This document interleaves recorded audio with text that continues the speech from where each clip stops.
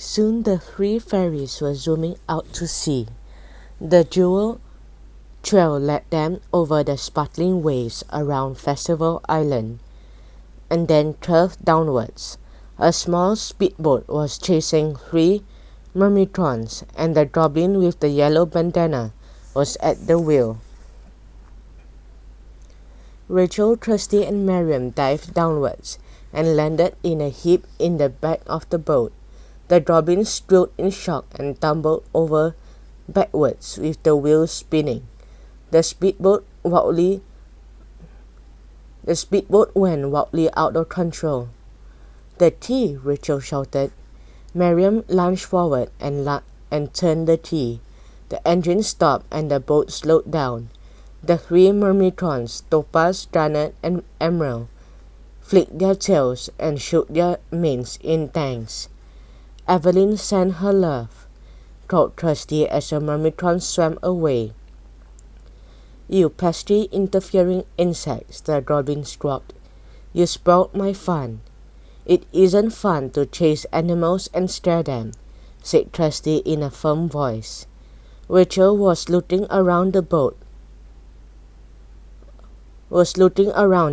of the boat. It was a mess of cotton wool and bandages. "No stopwatch and no list," she said. "It wasn't this goblin who took them." "Next stop, the forest," said Maryam. Maryam pointed her wand in the air again, and a trail of golden stars appeared, curving back towards the land. The fairies rose into the air with the goblin shaking his fist after them. It didn't take long to reach the dark green forest where the barn elf lived.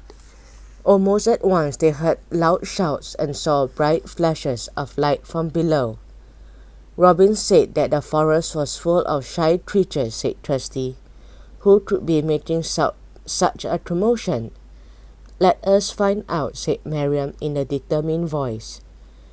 She dived down and disappeared into the canopy of trees. Rachel and Trusty followed her. Even though the sun was bright, it could not pass through the thick leaves and tightly packed trees. It went dark so suddenly that the fairies felt as if they had plunged into the night. They paused in a small clearing, trying to get used to the dim light. "Oi, big ears!" cried a shrill voice. A silvery hair broke out of the undergrowth and raced across the clearing. "That is a moon hare," said Maryam with a gasp. "Goodness, I've never seen one in real life before. They are incredibly shy." The moon hare was followed a second later by a goblin with the lime green bandana. He was holding up a camera and snapping pictures after pictures. The flash was blinding. "Just a few photos," he squawked, cackling with laughter. "Come back here." The fairy started in front of the goblin, who threw his camera into the air and promptly fell over. The camera landed in his hands and the flash went off in his face. He dropped his camera back and the contents spilled out onto the forest floor. "Ow!" he screeched, standing up. That is too bright. It was too bright for the poor moon hare too," said Trusty. "How could you scare it like that?" "It is just a silly animal," the goblin snapped. "It is a living creature with feelings, just like you," said Rachel. The goblin could not think of anything to say, so he stuck out his tongue at her. He started to pick up the things he had dropped. There were boxes of plasters and tubes of antiseptic cream, but no sign of stopwatch or the list. Trusty raised her eyebrows. "The goblin who went to the human world must be the one who took your things," she said to Maryam. "But the human world is huge," said Rachel.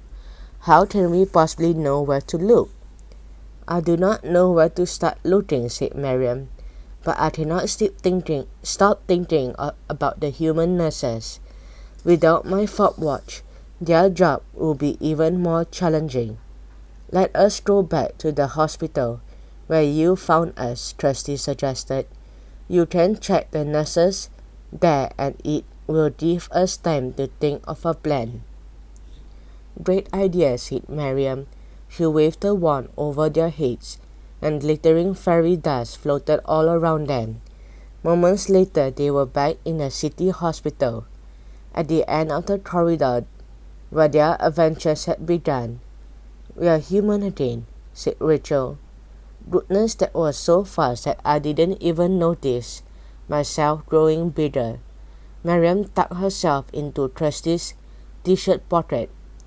Please, could we go to the nurse's station? She asked. I'm longing to know how they are coping. It was hard to see the nurse's station because there were so many visitors standing around it, and all of them were talking at once. Some of them were shouting and waving their arms around. It's chaos, said Maryam with a groan. The poor nurses.